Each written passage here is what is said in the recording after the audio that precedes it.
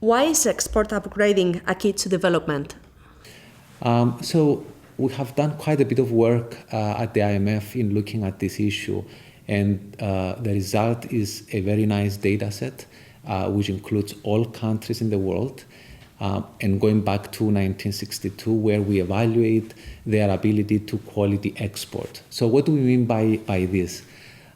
So in thinking about trade, we think about diversification, which is the different types of goods and services that countries export, and also in the quality of these products they export. In particular, what we mean by quality is the price by which they sell particular goods. Let me give you an example. For example, Tanzania in the 1960s used to export coffee that was sold for about $1 a pound. It was quite cheap. In the 1970s and 80s, they discovered organic coffee, and immediately the price, the quality of the coffee went up to $3 or $4. Now we have the niche markets in Spain, I'm sure this is the case, but also in the United States, where they sell coffee for $20 or $30 per pound. Many other examples where the price indicates the quality of the export.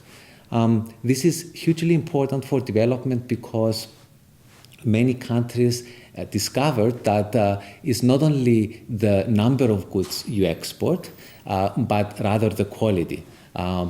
Here I'd like to give the example of Vietnam, where the country moved from exporting goods like agricultural goods like rice to now exporting high-tech goods like technology. And most of these goods now fit into the Asian value chain, which is spearheaded by China.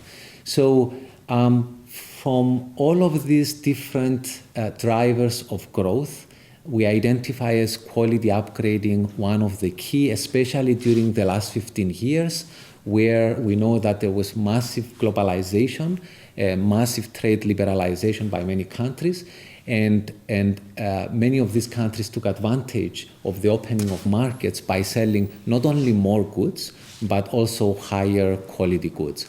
Now, moving forward, even for advanced economies, we think that that's a key growth strategy where they focus on the goods that they have the comparative advantage, and they sell them at reasonably high price, and therefore they earn much more profits.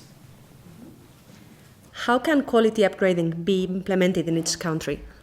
Yeah, so this is a very good question because quality upgrading is no one fit all countries. It's very country specific.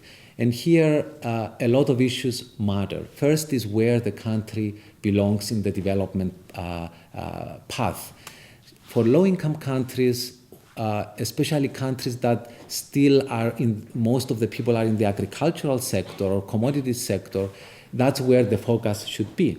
And the work we have done at the fund shows that quality upgrading exists not only in manufacturing sector, but also in agricultural sector. The example I've given you at the beginning about coffee is a very good example. Of course, we know all about the improvements countries make in the manufacturing sector. Here we think about cars, iPhones, and all the like. But my point is that in early development, many of these countries won't be successful in manufacturing because they don't have the capacity, but they can quality export very much so agricultural products. Now, as you move to becoming an emerging markets and developed economy, then probably focus will be on manufacturing goods. Like, for example, Germany will be automobiles.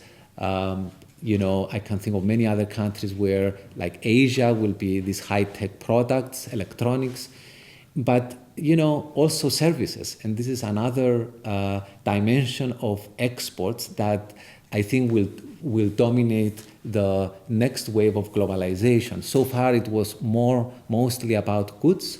The next wave of globalization, we think, will be on services, things like tourism, where you will, there are these niche markets which provide the most value added. So now in terms of policies to promote quality, it's also country specific. For countries where regulation is not very strong, that needs to be strengthened. That will allow markets to become more efficient and will become more appealing to investors and export. As you become more advanced, again, is more about comparative advantage. What are the goods that you are good at? For example, Spain is, has a name for its apparel, has a name for its food products.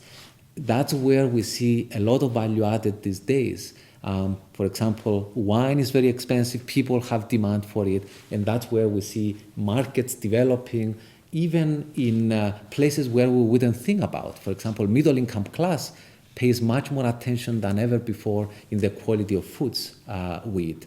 And so these are markets that are very country specific. Some of the markets are markets that in the past we didn't think are very productive or attractive, like agriculture. But the work we have done shows that all markets have this potential for quality upgrading. Thank you very much. That's all.